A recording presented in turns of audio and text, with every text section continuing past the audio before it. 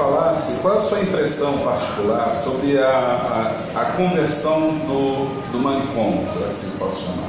Quando tem o primeiro, trava-se um contato entre o reino português, quando Portugal chega no Congo e tem esse contato com o rei do Congo. Porque na historiografia brasileira, ou a historiografia que é feita, que é produzida sobre os africanos, havia uma primeira versão antiga, ou primeira historiografia, que dizia uma ideia de que o rei havia se convertido, o rei do Congo havia se convertido ao catolicismo e adotado a cristandade como religião.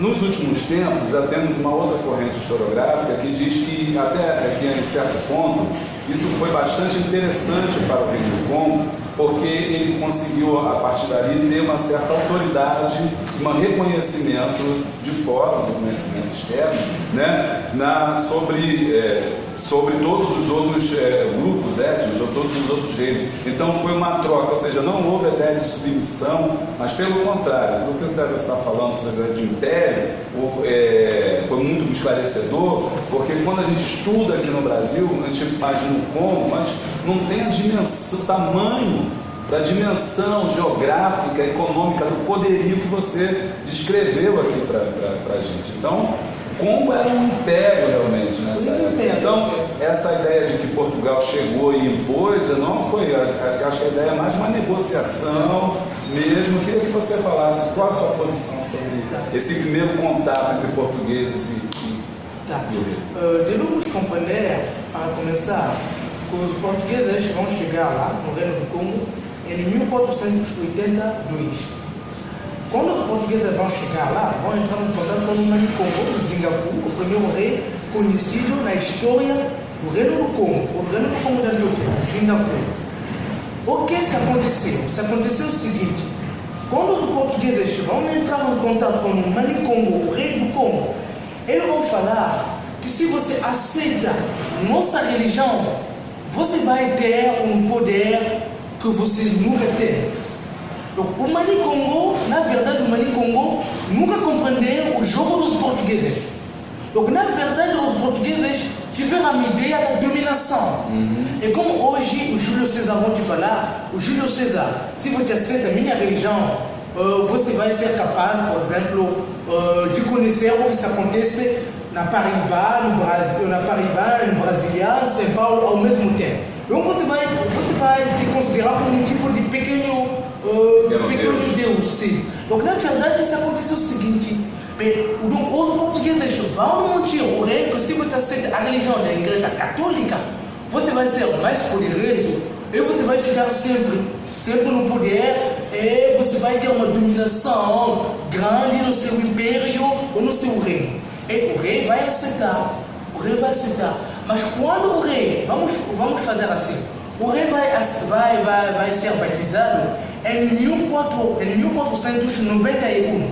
Então, o 13 de abril de 1491, o rei Zingakungu vai se transformar em João I. Isso. João I para prestar homenagem ao rei de Portugal, naquela época que se chamava o João II. O João II, o rei de Portugal. Então, o rei do Congo vai se transformar em João I.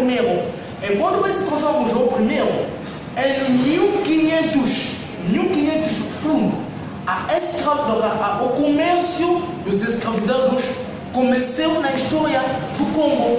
Os comerciantes portugueses vão começar a pegar os escravizados para levar na ilha do São Tomé e Príncipe. Na ilha do São Tomé e Príncipe, nessa ilha, que os portugueses vão começar o primeiro comércio dos escravizados. E quando o rei Manicongo, Singapura, João I, vai compreender o jogo dos portugueses, ele vai demitir, então ele vai procurar deixar essa religião para voltar na religião tradicional. Devemos compreender, quando o rei aceitou esse batismo, tendo no conselho dos nobres que nunca aceitaram essa religião, porque para ele foi um tipo de traidor. Você vai trair os ancestrais, como você pode aceitar uma religião dos estrangeiros? Você não pode aceitar. Então, quando o rei vai compreender o jogo dos portugueses, ele vai procurar de se retirar dessa religião mas foi atrasado para ele porque os portugueses já tiveram o controle de todo o reino. E, apesar da demissão dessa religião, o sistema vai continuar. E devemos compreender, então, o primeiro rei conhecido pelos portugueses, vão compreender que esse foi só um jogo da dominação. Ele vai deixar essa religião, ele vai deixar de se chamar foi o primeiro, ele vai pegar o seu nome antigo, Zingaku, e até a sua morte.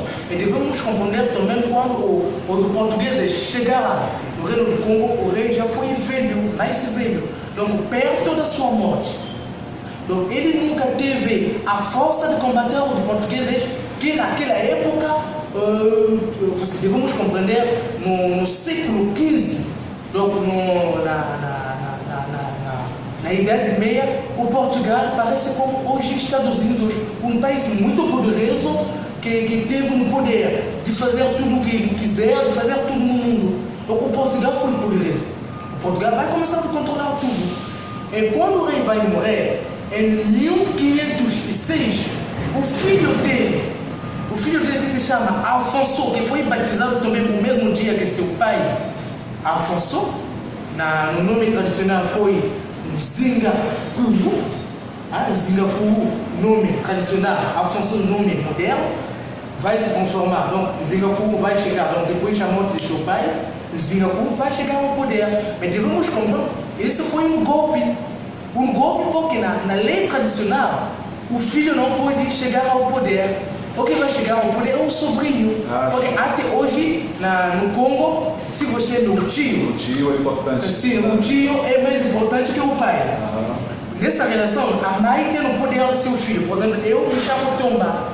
Meu nome é Tomba. Eu tenho a consideração mais sobre minha mãe que meu pai. Porque na nossa família, eu me considero como filho da minha mãe, não filho do meu pai. Filho do meu pai é um tipo de extensão, mas a família do meu pai vai falar: você é o filho da sua mãe. Você vê? Porque temos a tradição matrilinear. Assim, de antropologia. Exatamente. Então, se você vê, na lei tradicional, o rei, donc, a pessoa que deve chegar ao poder foi o sobrinho do Zingaku. Mas os portugueses vão manipular a lei para que o filho possa subir. Porque o filho foi um filho que amava a cultura portuguesa, a cultura lusófona. Os portugueses vão fazer tudo para chegar ele ao poder. Ele vai chegar ao poder, e quando ele vai chegar ao poder, ele se considerou que a relação vai ser uma boa relação. Devemos compreender que o primeiro rei que aceitou os portugueses, ele considerou os portugueses um tipo de cooperação igual.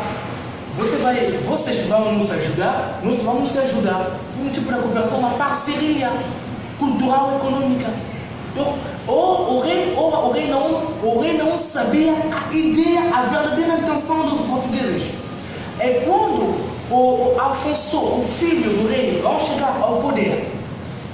Ele vai chegar ao poder em 1506.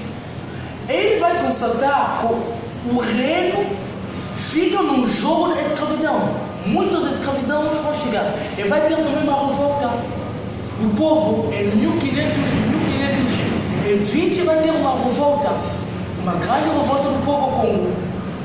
Essa revolta vai levar o rei a escrever uma carta.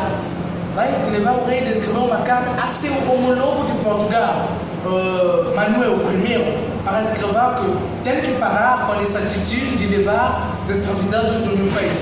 Porque o meu país não é um lugar de escravizados. O que eu quero que o meu país seja um lugar de paz, um estado de paz, uma cooperação igual a igual. E também, se você quiser, um lugar da evangelização. Porque devemos compreender, esse rei Afonso foi muito cristianado. Então, ele foi um cristão, ele aceitou a religião católica no seu coração. Então, para ele mesmo pediu, antes de compreender o jogo dos portugueses, ele pediu mesmo ao rei de Portugal de mandar muitos missionários no reino do Congo para lutar contra um tipo de feitiço para ele. Um tipo de lutar contra a tradição. Mas quando ele vai compreender o jogo dos portugueses, em 1526, vai assinar um decreto para abolir a escravidão no Reino do Congo. Mas esse decreto não vai ter efeito, porque os portugueses já tiveram um controle do reino. Então, para ele não pode compreender o jogo. Até a sua morte, em 1533, ele vai morrer, ele nunca resolveu essa situação da escravidão. Então, para resumir, nós vemos muito bem que os portugueses tiveram outra ideia que eles esconderam e depois essa ideia vai ser revelada com o começo da escravidão. Sandra, muito bom a sua fala, muito elucidadora sobre essa questão que a gente pode ver também, o ardil também que foi armado pelo reino português, com esse discurso da religião, trazer a fé também, as transações econômicas, os objetivos econômicos da escravidão que estavam aí, que de repente os africanos, com toda boa vontade, abriram as portas do reino, foram bastante amistosos, né? E se viram depois presos por essa questão da escravidão sem poder sair dela. Agora, uma coisa importante que eu queria falar, terminando para a gente, falando sobre essa questão da cultura, mas chegando na questão da cosmogonia mesmo, ou seja, do pensamento banto, né? Duas perguntas. A primeira era que eu gostaria que você falasse sobre a função do rei, nesse sentido, você já falou um pouco sobre isso, sobre esse sentido que você falou, que pareceu na sua fala sendo a questão política e ao mesmo tempo também uma questão espiritual. E depois, por último, essa questão que a gente tem debatido muito aqui, principalmente aqui hoje, no cemitério Pretos Novos, onde nós estamos, essa questão da passagem da Calunga, do mar, da travessia do Atlântico. Como é que a cosmogonia banto pensa um pouco disso, a função do rei e essa questão do mar?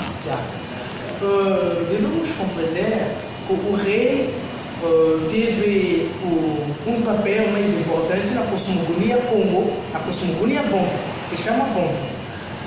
O rei foi intermediário entre os ancestrais mortos e os ancestrais vivos, a fazer um intermediário. Depois da sua morte vai ter um outro rei que vai assumir o mesmo rei. Na sua função, ele teve o nome de Ntotila. Ntotila. O que significa um Ntotila? Um Ntotila, como eu falei, é a união, o tipo de unir o povo. Então, ele teve um papel de unir o povo e de levar os mais pobres para a riqueza, de ajudar os mais pobres do reino para um tipo de riqueza, dar eles a riqueza para sobreviver na vida deles. Então, essa é a função do rei. E na cosmogonia, então, essa função física podemos falar. Na cosmogonia, Bantu, devemos compreender que na cosmogonia Bantu, hoje quando uma pessoa falece, a vida continua no outro mundo. A cosmogonia Bantu, quando nós morremos, a vida continua no outro lado. Se chama no outro lado do rio. No outro lado do rio, a vida está continuando. Então, isso quer dizer, a morte na cosmogonia Bantu é uma transformação sobre a vida. Então, quando hoje uma pessoa falece, você vai no outro lado que chama a aldeia dos ancestrais. A aldeia dos ancestrais, a vida vai continuar. E quando a vida vai continuar, nessa aldeia dos ancestrais, temos um Deus. Devemos compreender o Deus na cosmogonia Congo ou na religião Congo que chama Nzambe Mpungu, que significa o Deus mais poderoso, o Deus supremo, o céu supremo que tem poder no tudo, na todas as coisas. É o Mani Congo. O Mani Congo, que é o rei do Congo, é o representante do Nzambe Mpungu na terra. Então ele recebe todas as orientações do Nzambe Mpungu. Tem que fazer todas as coisas que o Nzambe Mpungu quiser. Então, o Nzambe Mpungu, que é o Deus Supremo, é a personagem que representa Deus na cosmogonia Congo. Essa personagem se chama também Kalunga. O Kalunga, como se você vê muito bem, por Itaradão, o historiador Cheikh Anta Diop, o historiador senegalês Cheikh Anta Diop, falou que todas as civilizações de África Preta, no sul do Saara, é uma sobrevivência, ou somos a sobrevivência da civilização do Egito Antigo. Porque no Egito Antigo tem também a mesma cosmogonia, que o único Deus é que tem muitos nomes, ou que muitos detratores, muitos historiadores europeus falaram da politeísta das religiões africanas, mas na verdade não é dito politeísta. É só o único Deus, então o Deus é um, mas que tem muitos nomes. É que isso acontece também na Reino do Congo. Então, o Deus que se chamou Zambia Mpungu, teve também o nome de Kalunga. Kalunga que significa um Deus no contexto de água. Não é outro Deus, é o mesmo Deus. O mesmo Deus que tem um outro nome. Um tipo como hoje o Júlio César, você é professor, eu posso te chamar uma pessoa, vou te chamar por exemplo, você é professor, você é, por exemplo, chefe. Eu vou te chamar líder, eu vou te chamar chefe, eu vou te chamar responsável, depende do cada contexto. Então, o Zambia Mpungu na cosmogonia Bantu, o Zambia Mpungu que foi Deus, o que é Deus até hoje, o Deus se chama também um Kalunga, que significa o Deus no contexto de água. Então, na água, no rio, temos um Kalunga que tem a mesma função que um Zambia, que na verdade é a mesma personalidade. O Kalunga. Então, o Kalunga que significa uma força no rio, uma força na água. E nesse sentido, quando na água ou no rio, os habitantes, o povo dessa água, são considerados como um povo que tem pele branca. Pele branca. Então, na cosmogonia Bantu, quando hoje uma pessoa é branca, isso se considera um tipo de um ancestro que morreu e que voltou. E se você vê muito bem, quando os portugueses vão começar com o comércio de escravizados, quando eles colocaram muitos escravizados nos navios para chegar para cá na América, muitos bantus consideram que foi um tipo de viagem para o mundo dos ancestrais. E nesse sentido, no início do comércio, muitos escravizados tiveram uma atitude de obedecer aos escravizados no início do comércio. Mas quando eles compreenderam, mas como na cosmogonia, se é verdade é um tipo de viagem pelos ancestrais, algum tipo de viagem para ir no mundo dos ancestrais, mas como os ancestrais podem nos bater? Isso não é uma viagem. Isso não é uma viagem para os ancestrais, não é uma viagem ancestral. Esse é outro tipo de viagem, não é uma viagem para os ancestrais. Donc na cosmogonia Bantu, a morte é uma viagem para a aldeia dos ancestrais, mas essa viagem se faz pela água, pelo rio, e nessa aldeia os ancestrais são brancos. Ele tem a pele branca. Então quando eles vão chegar lá, eles vão começar a vida deles nesse mundo dos ancestrais. E o Manicongo também, quando ele vai morrer, ele vai chegar. Então o Kalunga foi esse Deus. E também, fora do Kalunga, fora do nome do Kalunga, o mesmo Deus teve o nome do como se chama? Do Mbumbaloa. Mbumbaloa, na verdade, o Mbumba é uma palavra que Congo que significa gato. Gato. Na cosmogonia Bantu antiga, inicial, o gato foi considerado como uma divindade. A espécie do gato foi considerada como uma divindade. A natureza do gato foi considerada como uma divindade. Por quê? Se você vê muito bem, o gato tem a possibilidade de ver o dia e a noite. O dia e a noite o gato vê muito bem. Se você pode observar o gato muito bem, no dia, o olho do gato, a parte preta de olhos é muito pequena. Mas à noite essa parte se amplia. Isso quer dizer, o gato, o dia ele vê bem, mas à noite ele vê também bem. Ou se você vê a função de Deus, o Deus não dorme, o Deus vê o dia e a noite. E se você vê muito bem, o gato não cai desse jeito. Você já viu um gato que cai desse jeito? Não. O gato pode cair no lado esquerdo ou direito, Mas quando ele cai, automaticamente esse levanta. Sim, esse levanta. Então você vê, o gato também tem olho de ver atrás. Então, quando uma pessoa vê, você vai ver o gato vai tornar o cabelo parado. Porque tem um tipo de intuição para saber. E na cosmogonia Bantu, o gato a natureza do gato é a divindade de Deus. Por retardão, o Deus também te chama Mbumbalewa.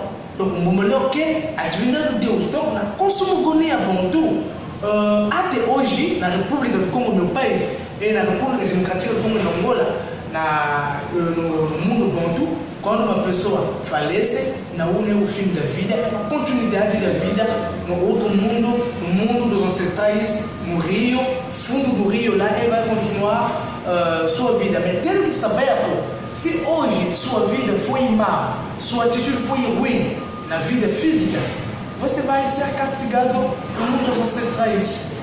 Você vai ser castigado no tipo da prisão, você vai ser preso para te corrigir. Porque você não pode repetir os mesmos atos. E se você vê muito bem nos livros dos mortos do Egito Antigo, foi o mesmo. Foi se chamar a pesada do coração. Pesar o coração para saber se é digno, né? Exatamente. Posso fazer mais uma última pergunta? Explorando ao máximo, mas é que a gente não pode perder a oportunidade de estar com uma pessoa que tem tanto conhecimento e a gente tem que realmente aproveitar ao máximo, né, de todo o conhecimento e procurar. E é bom também porque a gente observa por onde que a gente está caminhando, o que a gente está lendo, se está realmente batendo com o conhecimento que tem chegado até a gente. Mas uma das coisas que os nossos alunos têm perguntado muito nas aulas que eu tenho ministrado sobre a África Antiga, falando sobre a cosmogonia Bantu, é sobre justamente, de novo, essa questão da colonização portuguesa, porque eles, quando pensam no Brasil, colonização portuguesa em Angola, você falou dessa trajetória toda da escravidão e a vinda deles para o Brasil. E aí na cabeça deles, ou de um cidadão brasileiro de uma forma geral, fica esse pensamento, a comparação com os Estados Unidos. Por que a comparação com os Estados Unidos? Porque nos Estados Unidos, você vai ver lá que eles não vão adotar a igreja católica, mas vão adotar a igreja protestante, a igreja evangélica. E aí tem um filme, uma questão muito interessante, uma cena do filme lá no Spielberg, que tem os africanos lendo ali a Bíblia inglesa e tem lá o Abraão e tal. E ele começa a fazer uma analogia entre Abraão e a terra prometida, a escravidão, tudinho. E você, quando estava falando agora, você falou da ideia do rio e falou do outro lado do rio. E tem muitos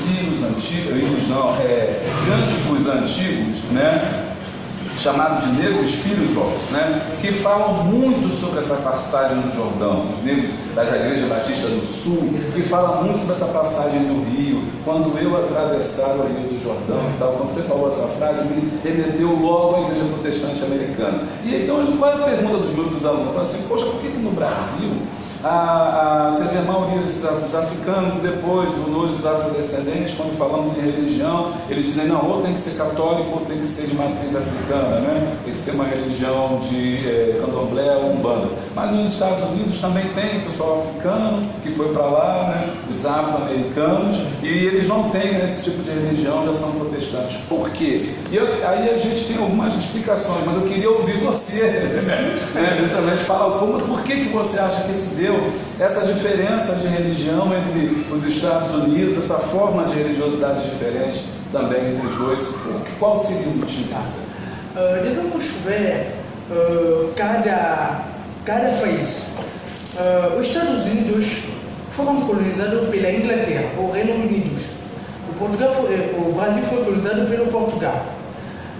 Se você ver, no Reino Unido, a religião é a religião evangélica. A religião maia é a religião evangélica. Um tipo de igreja católica, mas é uma igreja católica que é diferente da igreja católica romana.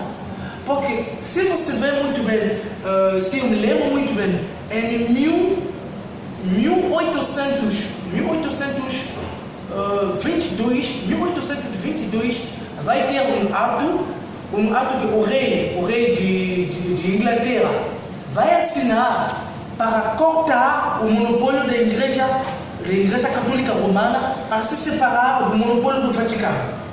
Então, a Igreja Católica da Inglaterra é uma igreja evangélica, mas uma igreja evangélica que tem um pouco do catolicismo. É quando os ingleses vão colonizar o país que hoje é os Estados Unidos, depois da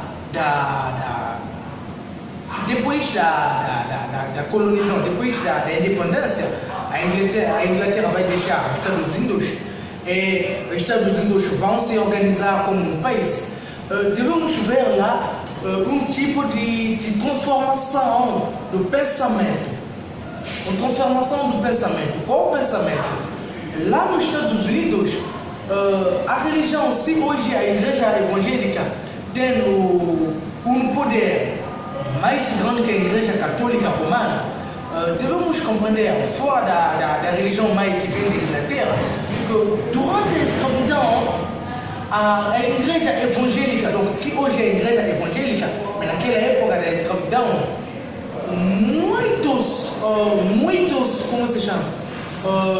muitos líderes das revoltas da escravidão falaram do nome de Deus, um tipo de liberação, que vamos se liberar em nome de Deus, vai ter uma força que vamos se liberar.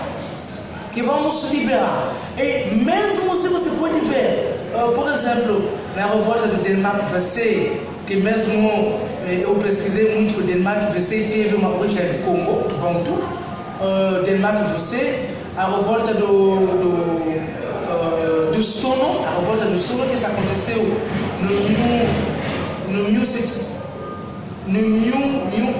eu acho que foi em 1765, se eu me lembro muito bem, no setembro mesmo, nesse mês.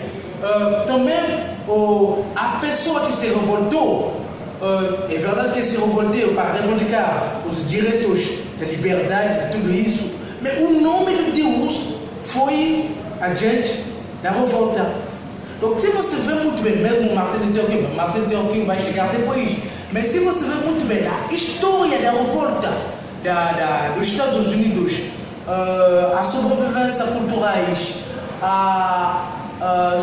mesmo até hoje, por exemplo, na Carolina do Sul, lá existem muitos cemitérios da cultura bantu, lá existem. Se você vê muito bem, o processo da liberação da escravidão foi ligado à religião. Entendi. A religião. No Brasil, A libertação do povo de Israel. sim, foi ligado à libertação dos escravos. No Brasil, se você vê muito bem, muitas revoltas da escravidão, como o quilombo do Zumbi, o quilombo do Palmarés, o quilombo do Maria Conga, o quilombo do Paraíba, a primeira foi de liberar os escravizados sem falar da verdadeira questão de Deus. Sem falar. Se você vê muito bem, por exemplo, um Zumbi teve a ideia de reorganizar o território à imagem da pátria antiga. Mas não foi, donc, Deus foi lá, mas não foi uma ideia central. Mas nos Estados Unidos, a ideia de Deus foi a ideia central. Se liberar. E mesmo até hoje, nas mensagens das igrejas evangélicas, as igrejas evangélicas dizem que vamos se liberar dessa supremacia, dessa escravidão moderna, em nome de Deus. Porque eu acho que esse é o nome de um profeta lá nos Estados Unidos, que é evangélico, muito famoso, que se chama, eu acho que o nome dele é... Ele tem um nome, parece como um nome árabe, Mohamed, não? Ele tem o nome de Mohamed. Ele falou que a escravidão foi um tipo de atravessar uma época, naquela época, mas ele fazia uma comparação da religião, da história dos judeus, que foram trazidos no Egito Antigo para ser escravizados e depois vão se liberar. Ele falou no sentido do pensamento. Ele falou, agora nós estamos livres, mas na verdade devemos se liberar do pensamento. Sim, vamos liberar o pensamento de jogar tudo que nós temos na cabeça e vamos se forjar como os verdadeiros cidadãos. Então, se você vê muito bem, nesse processo da liberação dos escravizados nos Estados Unidos e no Brasil, é diferente.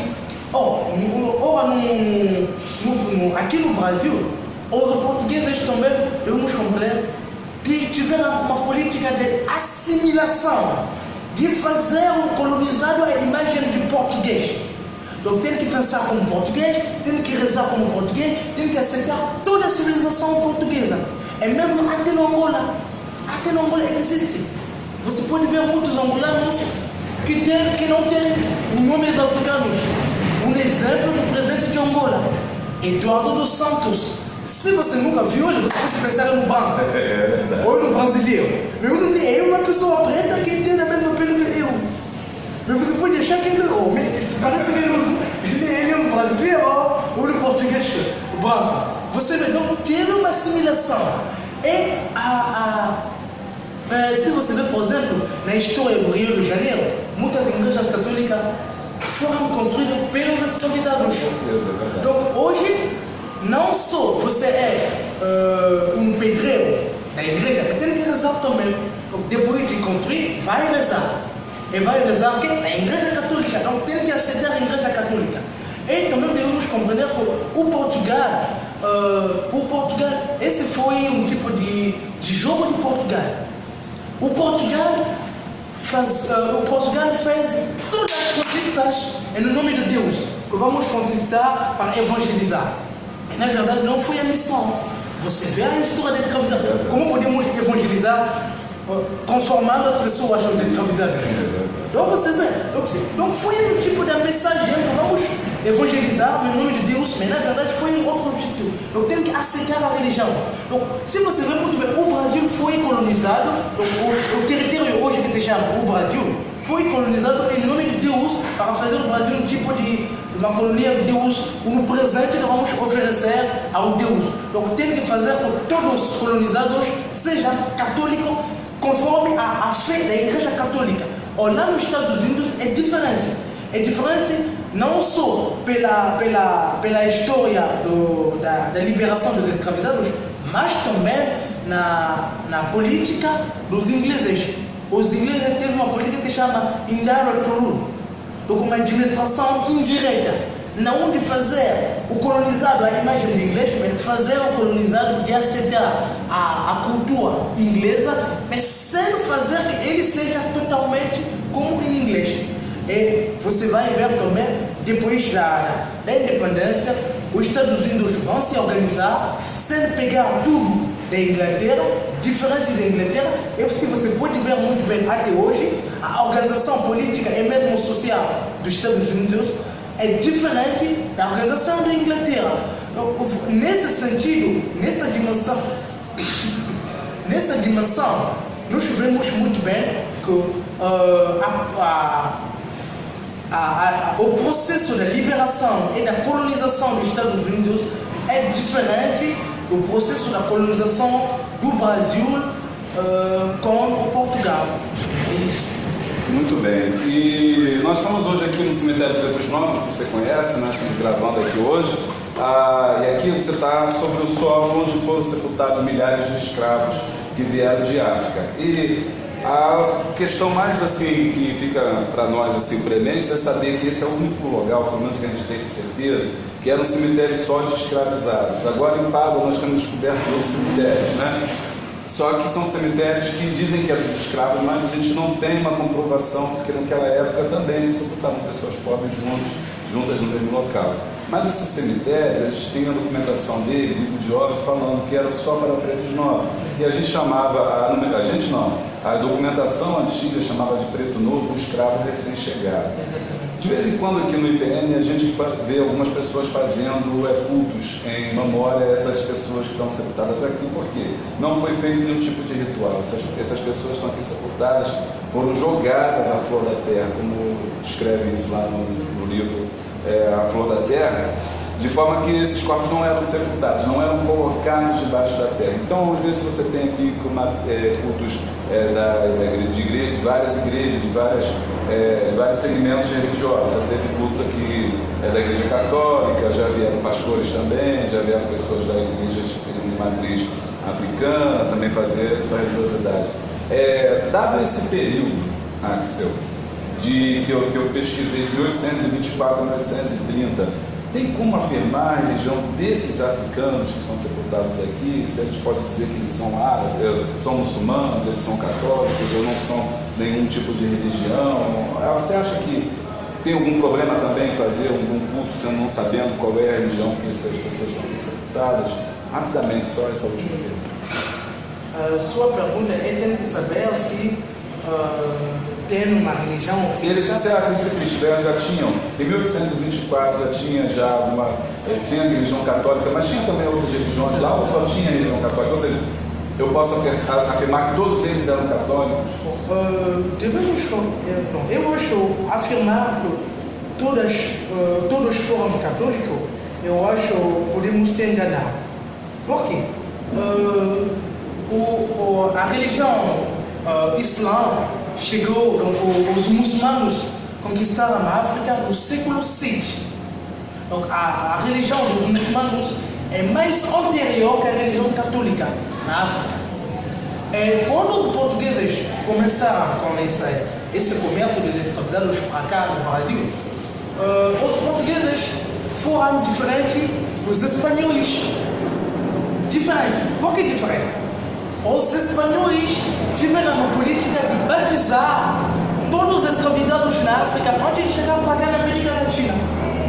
Então, podemos dizer, se fosse o Brasil foi uma colônia espanhola, podemos afirmar aqui todos os escravizados entre parênteses, que foram jogados aqui, ou que foram enterrados aqui, foram católicos. Porque, por exemplo, se podemos ver, no 1619 teve um navio dos espanhóis que foi que foi roubado pelos holandeses, um navio que tiveram muitos escravizados espanhóis que vinham de África. Os holandeses vão roubar esse navio. Eles vão trazer esse navio na colônia da Virgínia, hoje que é no estado de Virgínia, na cidade de Jamestown. E quando eles chegaram lá, todos os escravizados, como os ingleses conheceram todos os escravizados da Espanha, antes de chegar para cá na América Latina, foram batizados. Então, todos os escravizados tiveram uma liberdade, sem ser escravizados com a cadeia. Foram liberados, mas eles tiveram um cargo de fazer um trabalho doméstico sem ter cadeia no pescoço ou não ser no pé. Então, a política da Espanha foi diferente de Portugal. Os portugueses não tiveram esse hábito de batizar todos os escravizados na África. Se fosse, ou se estiver, pode pegar todos os escravizados, por exemplo, tem 800 escravizados, eles podem batizar 400 escravizados, os outros 400 escravizados vão batizar na colônia. Porque o problema de Portugal foi o lucro, só o lucro. Que você seja batizado, o problema é ele chegar na América Latina, vamos fazer outros depois. É verdade, era um batismo sumário que eles faziam. Exatamente. Um ritualzinho. Exatamente. Então podemos ver assim, que o Rio de Janeiro foi o mais grande porto dos escravizados, foi mesmo o historiador americano que se chama John Miller, em sua obra que se chama The Way of Death, Angola Strait, tem outro título, falou que o Rio de Janeiro foi um porto importantíssimo na história da escravidão. O Rio, o porto que se chama hoje Caíxa do Valongo, foi um porto que teve um papel mais importante, porque foi mesmo o centro de todas as colônias da América Latina. Todos os escravizados chegaram para cá antes de dividir cada país na área hoje que se chama Rio Prata, os países como está na Bolívia, Peru, Paraguai, todos. Chegaram para lá, pode chegar para lá. Então, se você vê muito bem, os portugueses, devemos compreender também que o Portugal teve o direito que se chama assento. Foi o primeiro país que teve esse direito de comprar ou de pegar todos os escravizados na África e de trazer para cá. Um tipo como hoje o Júlio César, você é o responsável do comércio, então seu objetivo é de fazer um lucro, de fazer um tipo de concorrência para seja o melhor. Então, o Portugal teve o primeiro objetivo de fazer um lucro. Então, que você seja batizado, que você não seja batizado, sem problema, vamos chegar lá na América assim. E depois, como eu falei, como a ideia é de fazer o Brasil um estado, uma colonia da igreja, vamos começar a batizar. Então, se podemos ver como muitos escravizados também chegaram de África de Oeste, e devemos compreender que a maioria dos escravizados que chegaram para cá no Brasil, sobretudo no Rio de Janeiro, vinham de África Central, onde fomos bantu. É como na África Central, até hoje, no meu país, por exemplo, tem muitas pessoas que ao mesmo tempo são católicos e ao mesmo tempo são tradicionais. Então, até hoje, a África Central é uma região onde as sobrevivências tradicionais são fortes. São fortes por essa razão, por exemplo, eu tenho 2 sobrenomes e 2 nomes. Então, você vê a influência da cultura africana. Então, devemos fazer assim. Tiveram muitos escravizados que chegaram, que vinham de África de Oeste, que foram muçulmanos, o país Senegal, o Nigéria, outros países. Também tiveram uma grande parte, senão a maior parte dos escravizados que vinham do Reino do Congo, que hoje é a República do Congo, a República Democrática do Congo e Angola, que vinham para cá no Brasil. Então, podemos dizer, teve uma mistura das religiões. Então, podemos dizer que tiveram os escravizados que foram sepultados aqui, que foram católicos, ou que já foram batizados lá, ou que foram muçulmanos, ou que foram tradicionais. Então, essa hipótese podemos considerar então podemos aqui achar todas as religiões. Poxa, eu queria agradecer você por essa brilhante aula aí que você deu a todos nós, aqui registrado, por ter vindo aqui no Cemitério dos Novos gravar com a gente aqui no nosso canal e esperar um dia aí que você possa estar no nosso curso lá em Santo Antônio de Pádua, no IFES lá, falando um pouco sobre a África, trazendo um pouco dessa cultura, trazendo essa história. Queria te agradecer mesmo. Sem problemas, eu agradeço por você também. Obrigado. Show. Obrigado.